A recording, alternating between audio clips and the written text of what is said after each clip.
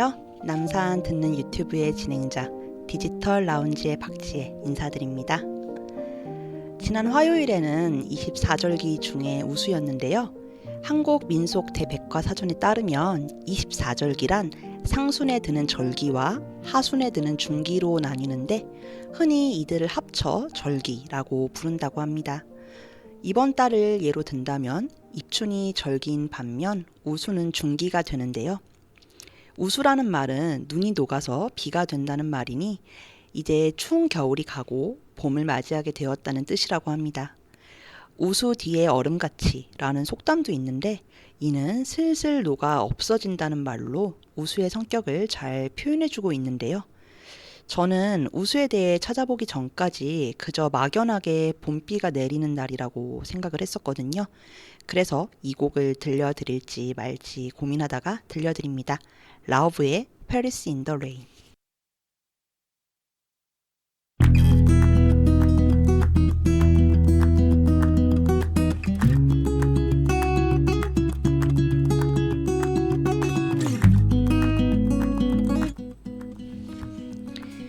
그러면 메인 코너 사서가 들려주는 책 이야기를 진행하도록 하겠습니다. 오늘도 저와 함께 이야기를 나눌 사서를 소개하도록 하겠습니다. 안녕하세요. 안녕하세요. 남산도서관 디지털 라운지 사서 안수빈입니다. 오늘도 잘 부탁드립니다. 본격적인 대화에 앞서 오늘 이야기 나눌 책에 대해 소개하려고 하는데요. 바로 이주원 작가님의 혁신의 미술관입니다.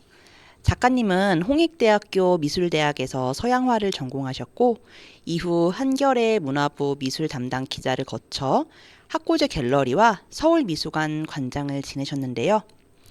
미술평론가이자 미술 이야기꾼으로 활동하면서 미술로 삶과 세상을 보고 독자들이 좀 더 쉽고 폭넓게 미술에 접근할 수 있도록 꾸준히 글을 쓰고 강연을 하신다고 합니다. 지은 책으로는 신화의 미술관, 지식의 미술관, 이주원의 서양미술 특강 등이 있으며 EBS에서 이주원의 미술기행, 청소년 미술감상 등의 프로그램을 진행하셨습니다. 이 책의 책머리글의 제목은 혁신의 중마고우 미술입니다. 좀 더 살펴보면 현대사회에서 혁신은 주로 새로운 아이디어나 기술을 도입해 시장에서 상품과 서비스의 향상을 초래하는 것을 말한다고 하는데요. 경제 분야의 활동을 넘어 사회 각 분야에서 묵은 풍속이나 관습, 조직, 방법 따위를 바꿔 새롭게 하는 것도 다 혁신이라고 합니다. 미술사는 그 다양한 양식이나 사조의 전개가 시사하듯 무수한 혁신의 역사를 펼쳐왔다고 하는데요. 이를테면 근대 미술의 경우 고전주의에 맞서 낭만주의가, 고전주의와 낭만주의에 맞서 사실주의가, 사실주의에 맞서 인상주의가 연이어 등장했다고 합니다. 그 지속적인 파괴와 극복의 역사가 바로 혁신의 역사라고 볼 수 있다고 하는데요. 이렇게 미술사가 혁신의 역사가 된 데는 바로 미술가들이 주역이라고 볼 수 있습니다. 미술가들은 당대 최고의 선구적인 혁신가들이었는데요. 이들에게는 기존의 이념과 체제에 길들이지 않고 자신만의 생각과 이야기를 펼쳐왔다는 공통점이 있습니다. 그들은 혁신을 향한 열정으로 현실의 모든 제약을 파괴하고 극복할 수 있었다고 하는데요. 저희가 보통 미술을 감상할 때 아름다움과 감동을 느끼는 편인데 오늘은 관점을 조금 달리하여 혁신의 다양한 사례와 원리에 대해 살펴보는 시간을 가져도 의미가 있을 것 같습니다. 그러면 오늘의 책에 대해서 좀 더 이야기를 해보겠습니다. 혁신에서 길을 찾다, 혁신의 동력, 혁신을 이룬 미술가 이렇게 세 개의 장으로 구성되어 있는데요. 첫 번째 장인 혁신에서 길을 찾다는 각 미술 사조 속에서 찾아낸 혁신에 관한 키워드들을 설명하고 있다고 볼 수 있습니다. 혁신에서 길을 찾다는 총 7개의 소제목으로 이루어져 있는데요. 수빈 사서님은 각 소제목의 내용 중 어떤 내용이 가장 인상적이셨나요? 네, 저는 비판적 사고야말로 창조적인 문제 해결 능력의 원천이다 라는 소제목의 글이 인상적이었는데요. 바로 고대 그리스 미술과 비판적 사고를 다루는 내용입니다. 아무래도 혁신을 이뤄내기 위해서는 기존의 잘못된 관행을 바로잡아야 하는 게 우선이지 않을까라는 생각 때문에 인상적이지 않았나 싶습니다. 비판적 사고를 하는 사람은 권위에 맹종하지 않고 편견에 사로잡히지 않는데요. 왜냐하면 비판적 사고는 단순히 오류를 찾아내는 데 그치지 않고 문제를 근원적으로 해결해 나가는 목적의식적인 과정이기 때문이라고 합니다. 그래서 비판적 사고는 혁신과 창조로 이어지게 되는데 미술사에서 이 비판적인 사고의 위대한 성취 가운데 하나로 꼽히는 것이 고대 그리스 미술 중에서도 특히 그리스의 조각이라고 합니다. 고대 그리스의 조각은 인류 역사상 처음으로 실제 사람의 형상을 그대로 재현한 듯한 사실적인 표현에 성공한 미술이라고 하는데요.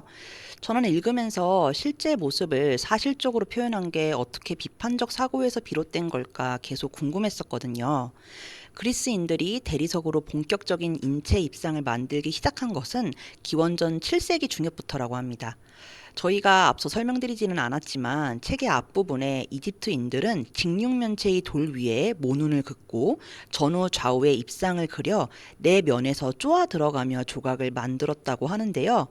이러한 제작 방식을 그리스인들도 처음에는 따라했다고 합니다. 그래서 처음에는 이집트 조각과 유사한 인체 입상을 만들었으나 시간이 흐르면서 진짜 사람이 서 있는 듯 매우 박진감 있는 형상을 만드는 데까지 나아갔다고 하는데요. 인체 입상의 포즈 중에서 콘트라포스토라는 자세가 있는데 한쪽 다리에 몸의 하중을 실어 몸이 그쪽으로 살짝 기울어진 모습을 말하는데요. 이 포즈가 바로 그리스에서 만들어졌습니다. 이집트 미술이 모눈의 대상을 그리는 그리드 패턴에 기초한 표현의 혁신을 이룬 뒤 2000년이 넘게 큰 변화 없이 이를 유지했는데 그리스는 그 기법을 받아들인 지 불과 200여 년 만에 콘트라포스토라는 새로운 혁신을 만든 거라 매우 놀랍다고 볼 수 있는데요. 그러면 그리스는 다른 고대 문명에서 찾아보기 어려운 완벽한 사실주의 미학을 어떻게 만들어낼 수 있었을까요? 책에서는 이것을 그리스 특유의 비판적 사고에서 찾고 있습니다. 그리고 비판적 사고를 가능하게 한 기본 조건은 바로 휴머니즘이라고 하는데요. 휴머니즘은 인간의 관심사와 능력을 강조하는 세계관입니다. 이 세계관은 비판적 사고를 중시하는 태도와 비종교적이고 세속적인 주제에 더 큰 지적, 학문적 관심을 두는 태도를 진작시켰다고 합니다. 이를 두고 그리스의 각성이라고 표현하는데요. 그리스의 각성은 과학과 수학, 철학, 역사 등 많은 분야에서 유럽 문명의 토대를 형성하는 중요한 미천이 되었다고 합니다. 그래서 하나의 양식이 정해지면 오랜 세월 이를 배타적으로 유지하려는 특성을 보였던 다른 고대 문명의 미술과 달리 비판적 사고의 영향을 받은 그리스 미술은 표현에 대한 비판이 제기되고 논리적으로 수긍이 되면 이에 맞춰 표현을 즉각 수정하는 태도가 자리 잡게 되었다고 하는데요. 비판, 수정의 과정이 반복되면서 표현은 점점 더 사실적인 방향으로 진화하게 되었다고 합니다. 조각을 인체와 끝없이 비교하며 자신의 한계에 도전하는 성찰 과정을 거친 결과 오늘날 서양의 수많은 미술관에는 고도의 사실적인 미술 작품들이 가득하고 이 양식은 전 세계로 퍼져나가 가장 보편적으로 자리 잡게 되었다고 합니다. 서양 문화의 양대 산맥으로 하나는 그리스 문화가 있다면 다른 하나는 기독교 문화가 있는데요. 저는 그래서 순혈이 아니라 혼혈이 혁신을 가져온다라는 소제목의 글이 인상적이었습니다. 바로 중세 기독교 미술과 이종교배에 관한 내용인데요. 기독교라고 하면 유일신을 믿는 종교이기 때문에 타 종교를 배척하는 느낌이 있는데 혼혈이라는 단어와 함께 쓰인 게 다소 이질적으로 다가왔거든요. 혁신은 파괴하는 데 그치지 않고 새로운 가치를 창출하는 데까지 나아가는 것을 의미한다고 합니다. 이처럼 파괴와 창조를 동시에 이루는 좋은 방법은 가운데 하나가 성질이 다른 여러 가지를 한데 섞는 것이라고 하는데요. 사실 기독교 미술은 기독교라는 종교의 특성상 애초부터 혼용과 이종교배에 의지할 수밖에 없었다고 합니다. 읽으면서 좀 놀라웠는데요. 그 이유가 자체의 조형적 뿌리라고 할 만한 게 거의 없었기 때문이라고 합니다. 기독교는 유대교에서 비롯되었는데 유대교는 이미지 만드는 것을 금기시하고 있거든요. 이런 뿌리를 가진 기독교가 수많은 형상들로 뒤덮인 미술 문화를 만들었을 뿐 아니라 고도로 발달시켰다는 자체가 어찌 보면 놀라운 일이 아닐까 싶습니다. 유대 전통이 이미지를 만드는 것과 거리가 멀다 보니 초기 기독교도들, 특히 유대인이 아닌 개종한 기독교도들은 자신의 토착적인 조형 전통을 기독교 안으로 가져오게 되었다고 합니다. 그렇게 유대 전통의 그리스 미술과 로마 미술의 전통, 이집트 및 기타 지역의 미술 전통이 자연스레 녹아들게 되었는데요. 당연히 회화뿐 아니라 그리스 로마 미술이 중시했던 조각, 모자이크 등이 초기 기독교 미술의 주요한 장르로 자리 잡게 되었다고 합니다. 특히 우리가 아는 긴 머리의 예수상은 12세기 이후 서유럽에서 절대적인 표준이 되었다고 합니다. 바로 그리스 로마 신화의 제우스의 긴 머리와 수염, 아폴론의 매끈한 얼굴과 몸매를 가져와서 합성한 것이라고 하는데요. 아폴론은 지중해 일대에서 매우 인기가 높은 신이었기 때문에 가장 예수다운 예수상으로 인식되었고 유럽인들의 마음에 기독교가 안착하는 데 적지 않은 기여를 했다고 합니다. 네, 예수상과 쌍벽을 이루는 또 하나의 모티브가 바로 성모자상인데요. 이 이미지의 원형은 이집트 신화의 이시스 여신과 호루스 모자상이라고 합니다. 이시스는 대표적인 현모양처 신이고 또 빈사 상태에 빠졌던 아들 호루스를 되살려 태양신 라의 뒤를 잇는 최고 신이 되도록 한 신이었기 때문에 성모 마리아의 이미지로 재활용되기에 안성맞춤이었다고 하는데요. 당대에 인기가 많은 이교의 이미지를 활용함으로써 교회는 신도들이 자연스럽게 성모에 대한 친밀감과 경모심을 품도록 유도할 수 있었다고 합니다. 이종교배는 궁한자의 해결책이 되는데요. 결핍을 메울 다른 방법이 없으니 남의 것을 가져다 쓴다고 볼 수 있습니다. 하지만 아이러니하게도 이것이 창조의 동력이 되는데요. 기독교도 화가들은 개종전 자신들의 이교 문화에 기대었고 이집트, 그리스, 로마의 전통이 기독교로 흘러 들어오게 되었습니다. 그리고 그 결과 기독교 미술은 엄청난 문화유산을 후대인 저희의 품에 안겨주었는데요. 역시 궁하면 통하는 것 같습니다. 네, 그러면 두 번째 장으로 넘어가 보도록 하겠습니다. 두 번째 장의 제목은 혁신의 동력인데요. 혁신을 가능하게 하는 다양한 배경에 대해 7가지 소제목으로 나누어 이야기하고 있습니다. 수빈사선님은 소제목의 내용 중에서 어떤 게 인상적이었나요? 네, 저는 다양성이 관건이다라는 제목의 글이 인상적이었습니다. 네덜란드 미술의 황금 시대와 다양성에 대해 다루고 있는데요. 구성원의 색깔이 다양할수록 공동체는 보다 창의적이고 혁신적인 결과물을 도출한다고 합니다. 아마 다채로운 관점에서 새로운 해결책을 내놓기 때문이 아닐까 싶은데요. 그래서 다양성의 확대는 미술사에서도 혁신을 초래했다고 합니다. 대표적인 사례가 황금 시대를 구가한 17세기 네덜란드 미술인데요.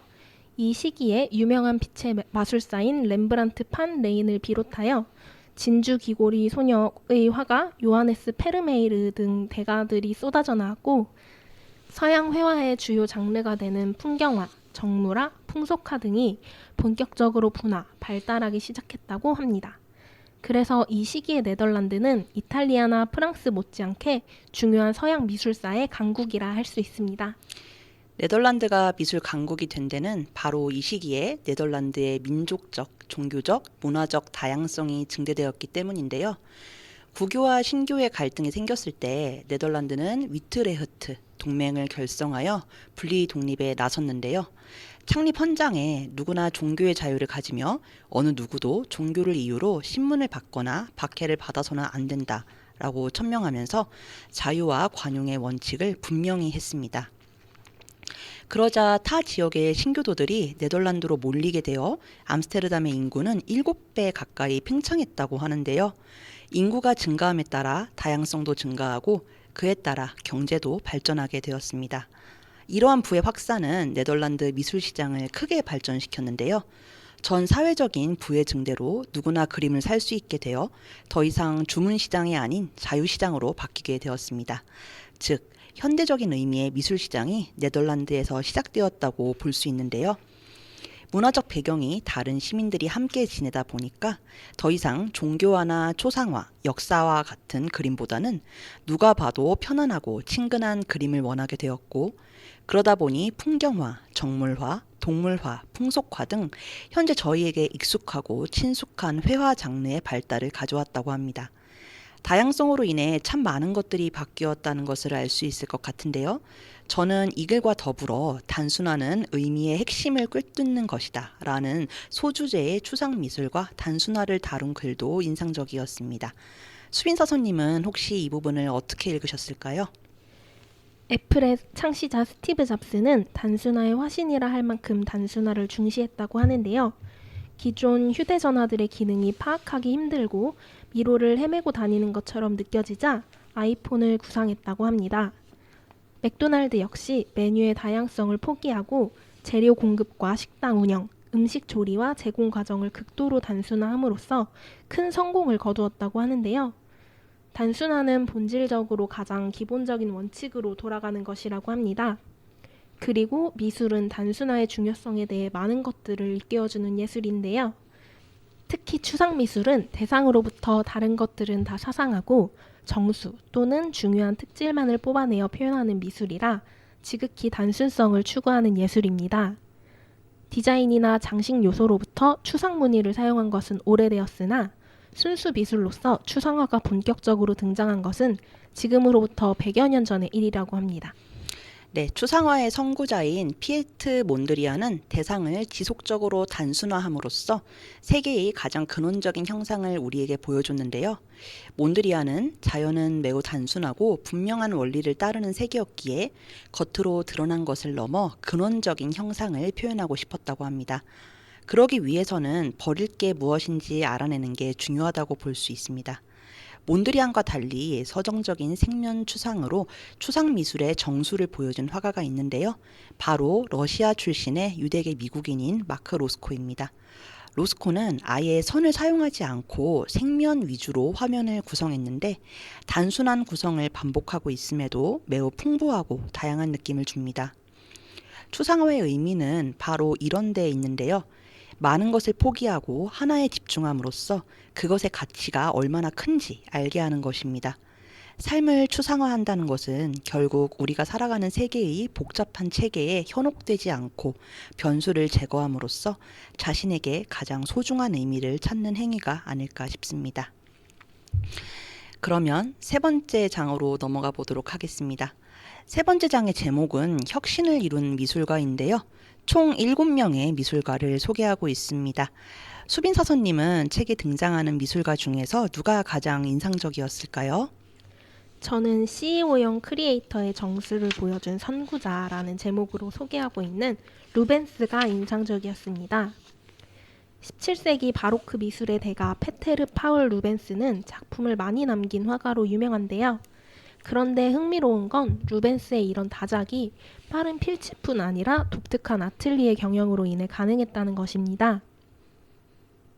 경영이라는 말에서 짐작할 수 있듯 루벤스는 화실에서 홀로 작업을 하지 않았다고 하는데요. 그는 공방을 열어서 공장식 분업 체계를 세운 뒤 이를 효율적으로 가동해 대작을 대량으로 생산했고 작품 생산 방식의 차이에 따라 가격을 차등화했으며 작업 과정을 홍보에 활용하는 독특한 마케팅으로 작품을 손쉽게 팔았다고 합니다. 이런 행보는 지금의 기준으로 봐도 매우 혁신적인데요. 이렇게 루벤스의 아틀리에에서 여러 팀이 루벤스의 이름으로 대작을 다수 생산하는 동안 루벤스는 유럽의 여러 왕실을 돌아다니며 요즘 말로 영업을 뛰었다고 합니다. 이렇게 부지런히 움직인 결과 루벤스는 대작 위주로 평생 3,000점이 넘는 작품을 생산했다고 합니다. 와, 3,000점이라니 정말 대단하네요. 네, 저는 낡은 혁신으로 새로운 가치를 창조하다라는 제목으로 소개하고 있는 클림트도 인상적이었는데요. 보통 미술 분야의 혁신가라고 하면 새로운 양식이나 사조의 주창자를 떠올리게 되는데 구스타프 클림트는 이런 혁신가가 아니라고 합니다. 오히려 보수적인 아카데미즘 형식의 기초를 두고 대중적이고 관능적인 감성을 추구한 화가였습니다. 전위적인 미술 작품이 쏟아져 나오던 시기에 이른바 낡은 형식으로 그림을 그렸던 화가가 어째서 2009년 영국의 더 타임스가 선정한 20세기 가장 위대한 미술가 3위에 오를 수 있었을까요? 이는 클림트가 그 낡은 형식으로 그만의 독특한 보수 혁신을 이뤘기 때문인데요. 이는 혁신이 꼭 기성체제를 전면적으로 파괴하거나 해체해야만 가능한 것이 아니라 이를 유지하는 가운데서도 가능하다는 사실을 보여주는 대표적인 사례라고 할 수 있습니다. 클림트의 예술은 겉으로 보아 매우 보수성을 띠었지만 그의 미학에는 진취적이고 개방적인 면이 있습니다. 바로 에로티시즘의 자유로운 표현인데요. 클림트는 억압적이고 고루한 근대 유럽의 가부장적 질서를 무너뜨리고 욕망과 표현의 자유를 쟁취하고자 했던 당대 시대 정신과 맥을 같이 한다라고 볼 수 있습니다. 관능이야말로 오스트리아 사회의 위선을 깰 수 있는 힘이라고 클림트는 믿었다고 하는데요. 클림트는 욕망에 솔직한 자신이 위선이 가득한 사회로부터 도덕적 비난을 받는 사태를 참기 어려웠고, 그래서 격렬하게 사회에 저항했다고 합니다. 클림트의 이후 시각예술에서 에로티시즘의 표현은 이제 거의 아무 제한 없이 가능해졌다고 하는데요. 그래서 조형적인 형식의 혁신에 기여한 부분은 적을지 몰라도 대중적인 의식의 혁신에 기여한 부분은 매우 큽니다. 자, 이제 메인 코너를 마무리할 시간이 왔습니다. 수빈사서님, 오늘 남산 듣는 유튜브를 방문하신 소감이 어떠신가요? 혁신과 미술이 어떻게 연결이 될까 궁금했는데 미술이 해묵은 전통을 파괴하고 새로운 가치를 창조해왔음을 알게 되었고 혁신과 그 누구보다 잘 맞는 분야라는 생각이 들어서 유익한 시간이었습니다. 네, 다음에도 방송을 진행하는 저희와 듣는 여러분께 좋은 영향을 끼칠 수 있는 책을 들고 오겠습니다. 그러면 이제 오늘 코너의 마지막을 알리는 음악을 들려드리려고 하는데요. 수빈사서님, 혹시 준비해 오신 곡이 있으실까요? 저는 유나의 오르트 구름인데요. 이 곡은 가수 유나가 1977년 미국 항공우주국이 발사한 무인 우주 탐사선 보이저5가 태양계를 껍질처럼 둘러싸고 있다고 여겨지는 가상의 천체 집단 오르트 구름을 지나가는 과정을 상상하며 그려낸 곡입니다. 한계에 도달해서 녹이 슬 심장이 되어도 뛰어넘어 달려갈 수 있다는 가사가 혁신을 추구하며 살아가는 우리의 삶과 닮은 것 같아서 골라봤습니다. 그러면 수빈사서님이 선곡해 주신 유나의 오르트 구름 들으면서 이번 코너 마치도록 하겠습니다. 감사합니다.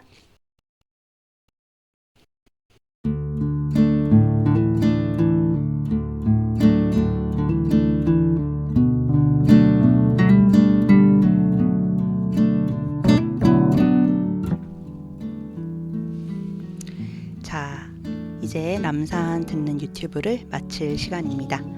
20분이 어떻게 흘렀는지 모를 정도로 순식간에 지나갔는데요. 마지막 코너로 여러분께 그림책 한 권을 소개하려고 합니다. 바로 으르슐라 팔루신스카 작가님의 그림책 게으를 때 보이는 세상인데요. 태양이 강렬하게 내리쬐는 어른 여름날, 창밖을 내려다보는 소녀의 시선을 따라 이야기는 시작합니다. 그런데 소녀의 눈에 비춰지는 인물들의 모습은 상당히 낯선데요. 하나같이 그냥 드러누워 하늘만 바라볼 뿐입니다. 나른한 오후, 신문을 보며 졸고 있는 삼촌은 글자 사이로 반짝이는 햇살을 바라보고 있습니다. 저녁밥을 준비한다던 이모는 나무 위에 앉은 새들과 다람쥐를 구경하고 있고, 조카를 돌보기로 한 에밀리아는 모자 틈으로 쏟아지는 뜨거운 태양을 즐기는 중이죠. 또 장을 보러 가던 도중 들판에 누워 가만히 민들레 씨앗을 감상하는 이웃집 아주머니까지. 이 책에 등장하는 인물들은 모두 저마다 누워서 다른 세상을 보고 그 안에서 평온함을 느끼고 있습니다. 우리가 흔히 멍 때린다는 표현을 쓰는데 이렇게 아무것도 안 하고 머릿속을 쉬게 할 때 우리의 뇌는 바쁘게 움직인다고 하잖아요. 그럴 때 새로운 아이디어가 떠오를 수 있는데요. 그림책 속 등장인물처럼 가끔 이렇게 게으르게 세상을 바라보면 어떨까요? 마지막 곡으로 에드시런의 셀레스티얼 함께 들으며 인사드리겠습니다. 다음에 다시 만날 때까지 모두 건강하고 행복하시길 기원하겠습니다. 지금까지 남산도서관 박지혜였습니다. 감사합니다.